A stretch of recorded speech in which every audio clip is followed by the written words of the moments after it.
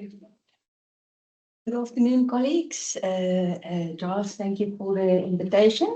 And you can look at me and see if I look okay after all these travels. I really tried my best. I crossed quite a few time zones, and I'm delighted to present this lecture to you this afternoon on travel to and at the 2026 FIFA World Cup. So the content of the lecture, I'll tell you a bit of the logistical challenges that the teams will be facing. Then we will look at some of the physiological enemies, the constraints that we deal with in tournament football. Most importantly, the strategies that these teams can apply. And then I'll share some travel scenarios of two teams with you before we conclude. I just need to disclose I'm a clinician researcher. I'm not a sleep scientist or a physiologist.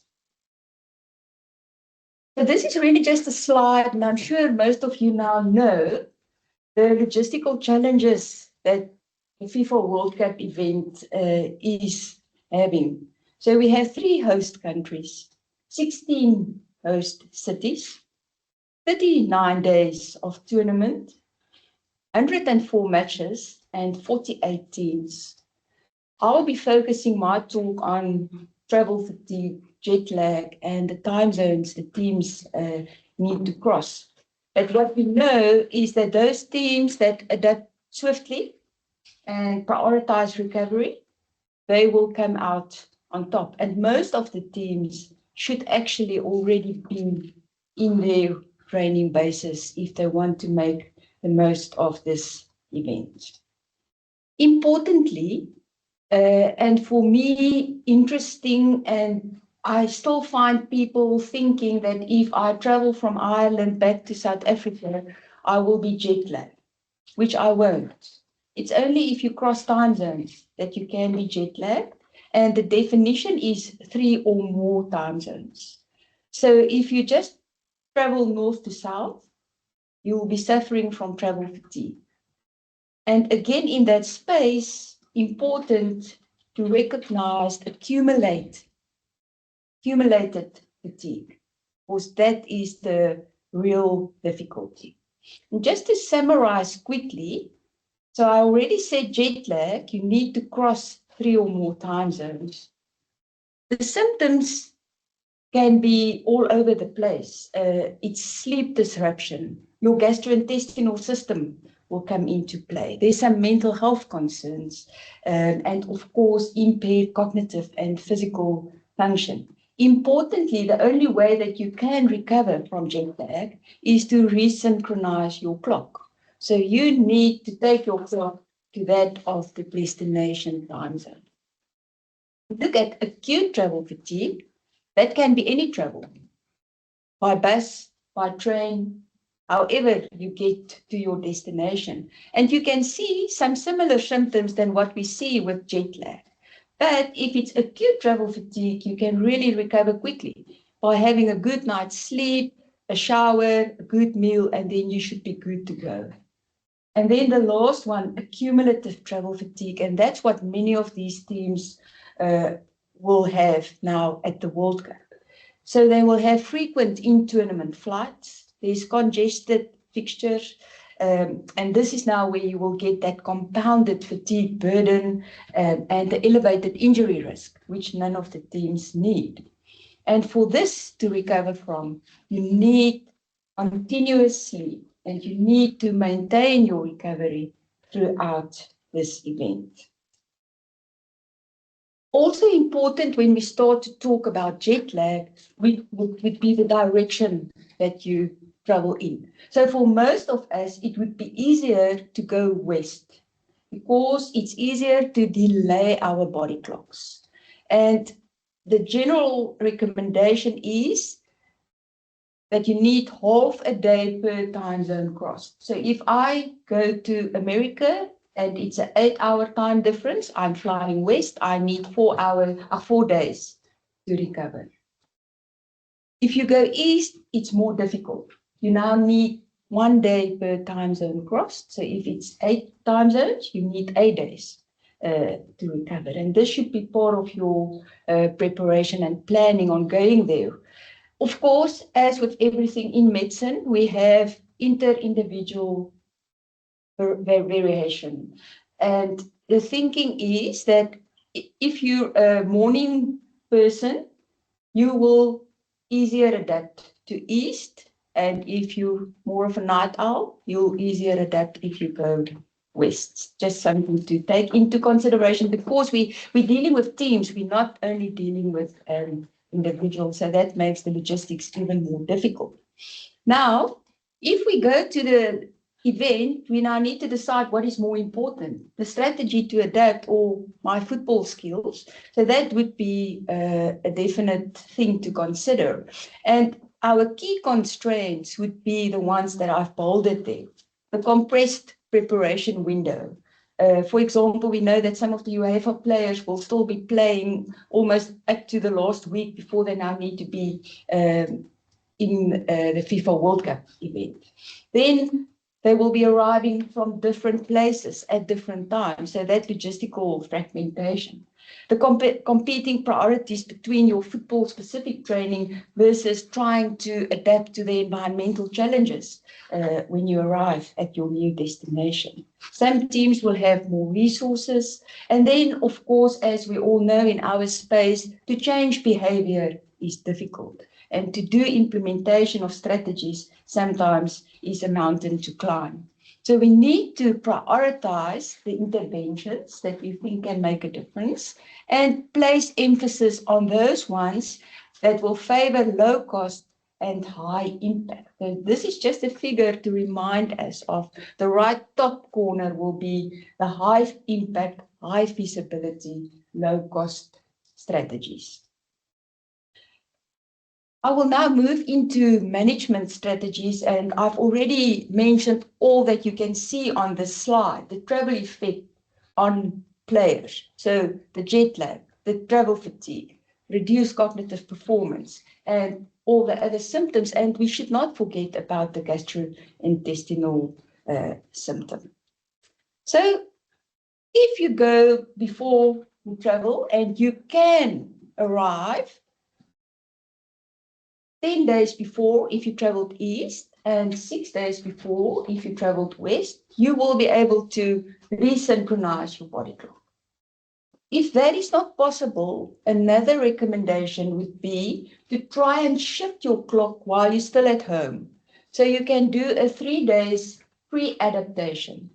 If you go east, you will start 3 days before with an hour going to bed earlier. So if you usually go at bed to 10, you will now go at 9. And then day 2 before, you go at 8 and then 7. Usually we don't do it for more than 3 days because it's just socially a problem. If you can't do that either, then you need to do sleep banking. You don't want to go on travels if you're in sleep debt. So in the end, if we look at all the papers about jet lag and travel fatigue, sleep is the most important part of recovery. Then on the plane, we can do a few things. We can try and change the environment.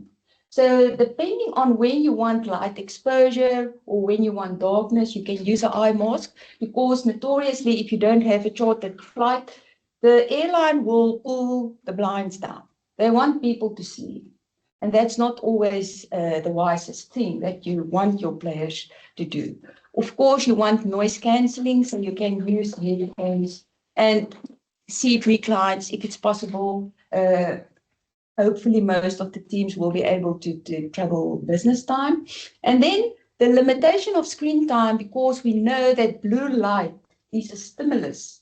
So if you get blue light at the wrong time of your body clock, you're going to push your clock in the wrong direction. So that is also the planning that we need to do to know when we need to have blue light exposure and when we rather want to block light out.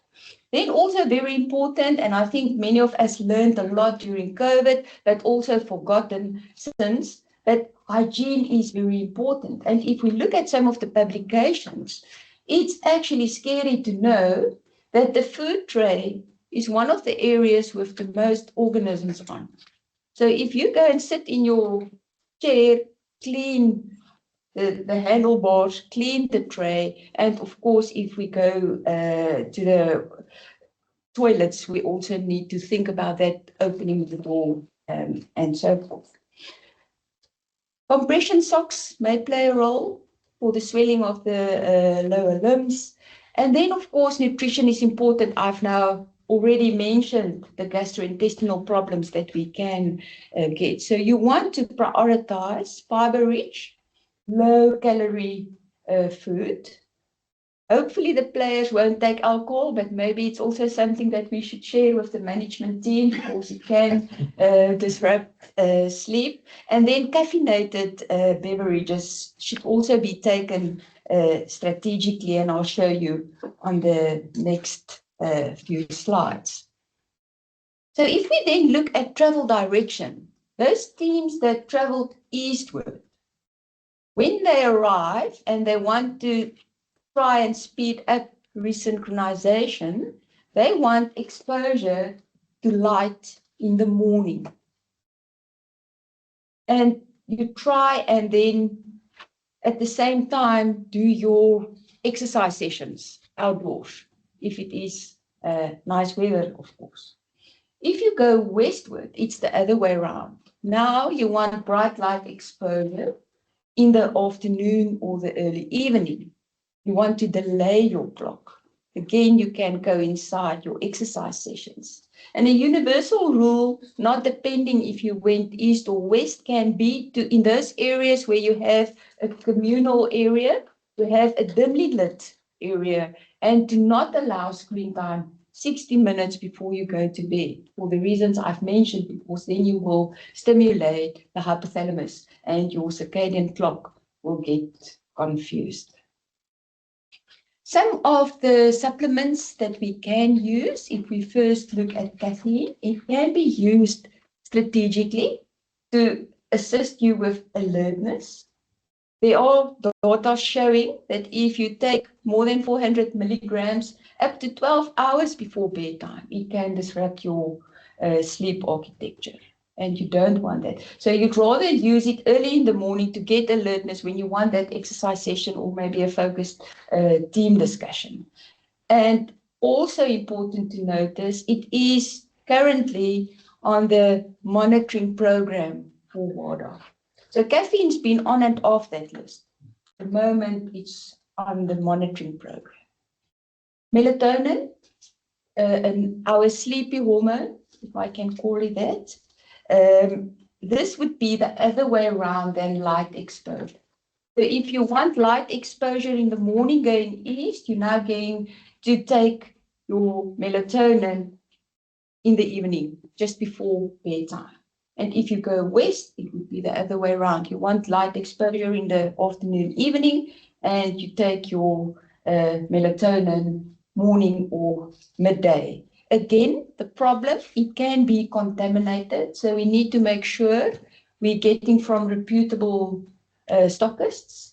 And maybe the best option would be to go the prescription route, where we have some of those products that is prescribed and not seen as supplements. In tournament, to protect sleep, we want a cold, dark, quiet room. And it's probably a good plan to mandate a 10-hour sleep window so that you make sure people are restful for a long time and you can win quite a few, up to almost 2 hours of sleep if you can get that right. Also important is to anchor your wake time so that you don't, if you had a late night, now you don't want to wake up the next morning late because then the next night you will again suffer. So you anchor your wake time.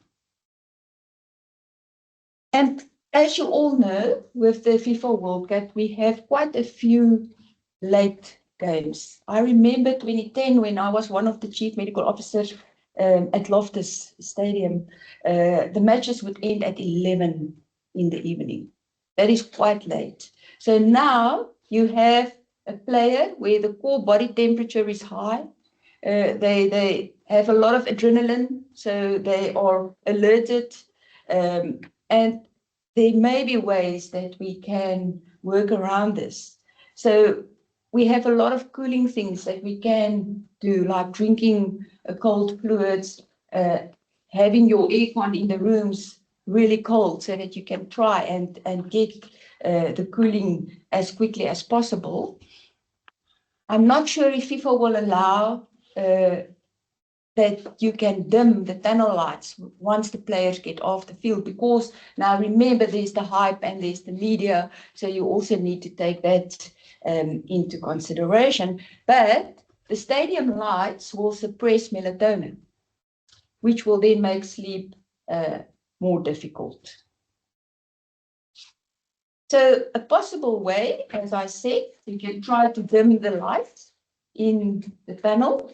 You need to get that core body temperature down as quickly as possible. And then again, you will see I keep on referring to screen time. People do not exactly understand or acknowledge how important it is not to have a screen time just before you go to bed, and anchor the morning so that your next evening is then better. Also, very importantly, we can use strategic napping, and we can use it in two ways. The one is prophylactically. So if you know you're going to have a disrupted sleep period, to then the day before take your nap so that you at least don't have sleep debt. Or you can do replacement naps. So the day after your late night, you do your nap to catch up on sleep. Again, importantly, you don't want it to be too close to bedtime, typically not later than 4 p.m. And then you don't want it longer than 20 or shorter than 90, because then you're not going through all your sleep phases and you will feel groggy when you wake up. And also important to allow at least 30 minutes for the players to wake up properly from that sleep period before they can do any meetings or training. We recently did a study with large language models where we asked them specific questions on sleep and jet lag. It was published in Sports Medicine recently. These are some of the questions we asked 3 large language models. For example, how much sleep do an athlete need? Which is the best method to assess sleep? Is daytime napping beneficial? That type of questions for sleep. And then for jet lag, what is the best method to assess jet lag? Why is travel direction important? What role do sleep aids or melatonin play? Just a few of the questions. And what we found, so the 3 large language models we used were ChatGPT-4, ChatGPT 3.5, and Google Bard. And Google Bard performed the worst. We had a lot of variety across the models answering the jet lag questions. And in the sleep space, although the advice was not bad, the sort of consensus was that we still need the sleep scientists, the expertise to be in the room when we advise athletes and their management team. So now I'm going to take you with the Scottish team to America. And what we plan is that they will go from Edinburgh to Boston. The flight will be just longer than 7 hours. And there will be a 5-hour time difference if they go across. So we know that they're traveling west. We know that the total flight duration is 7 hours. But we now need to push back our clock. It's 6 p.m. in Scotland. It's 1 p.m. in Boston. So we now need to push back that clock to 1 p.m. And because it's westward, 5 hours time difference, you will need 2 to 3 days to adapt. So that's not too bad. What I did on this one, and you don't need to read everything, I took Scotland right to the final. And the idea here is just to see the load that the team will carry. So in total, if they go from their first game through to the final, during the tournament, they will have a total travel time of 24.5 hours. And if you now add the match hours, you can see it's quite a load that these players are having. And on the next slide, what I did was to just sort of try and show you graphically how they're going across, up and down and east-west. But what we need to remember, in America, the east and the west coast, it's 3 time zones, right? So looking at Scotland, they won't suffer from jet lag while they're there. So if they gave themselves enough time to arrive, the problem they will have is cumulative travel fatigue because of the travel as well as it's not only matches, they will also still be training. Then I took our team, which we fondly call Bafana Bafana, and I take them going to Mexico because that's where their first game will be. So you can see it's quite a long flight. I just want to go one back. So there you can see they go Joburg, Atlanta, Mexico City. First flight, almost 17 hours, layover of 3.5 hours, and the next flight, 3.5 hours. So in total, 24 hours. So they will arrive exactly 24 hours later, but now we have an 8-hour time difference. So again, if it is now 6 p.m., 10 p.m., sorry, and we now need to push the clock back to 2 p.m., the local time in Mexico, we need to do that, and it is 8 hours. So because we traveled west, it will take us 4 days to recover from that travel. And what we will also have is a seasonal change. So that is also something to consider, which the Scottish team won't have because they're staying in the Northern Hemisphere. Now, the same type of plan, Bafana will win the World Cup. So from their first game to the final, their total travel time is 52 hours. And then adding the 14 hours and 40 minutes, which the Scottish team also had. And if I show this graph, suddenly you can see they're now going across and up and then back. So it is a bit of a different picture, and teams should have planned for this and took it into consideration in their planning. The one mistake I made in both these travel scenarios, I did not let them go back to a base camp, which will be part of the first 3 matches. After that, they will be moving to another space when they start in the round of 16 and so forth. But it gives you a rough idea on the amount of travel that these teams will have.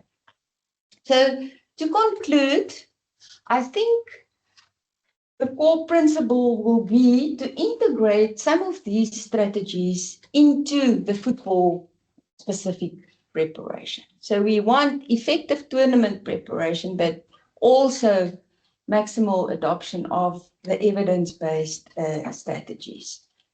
And the preparation will include the logistical planning that I've shown you, either early arrival, or you can try and do pre-adaptation, or you need to do sleep banking. For example, if we look at sleep. Sleep hygiene is very important. That's one of the behavior strategies that we need to apply. But interestingly, a recent paper showed that by only educating people, they're not going to listen to you. So we need something better to tell people why sleep is important. And then I've shown you the circadian alignment and realignment that we need just because of the physiological principles. So we need an integrated approach. So my take-home message would be that we know, and I did not show you the data, but we know that travel can impact performance. And it is definitely in the tactical space where we see a lot of this happening. And then, of course, endurance-wise, because you are feeling fatigued. So we need to apply some of the mitigating strategies that I've just shown you. What we know is that the World Cup won't be won by the team that, or will be won by the team that manages the hours between the matches the best. Because you can have as many skills as you want, but if your players are tired and they did not recover well, and that leads to injury, you're not going to win the game. So it will be won in the margins of recovery. So thank you. Those are pictures of my beautiful country. The famous Springbok, I needed to show that one, the right bottom corner. And then I just wanted to acknowledge some of the people that's working with me in this space from my university side, and of course a bit of AI in some of the slides that I presented. And these are the references that I used to put together this lecture. Thank you.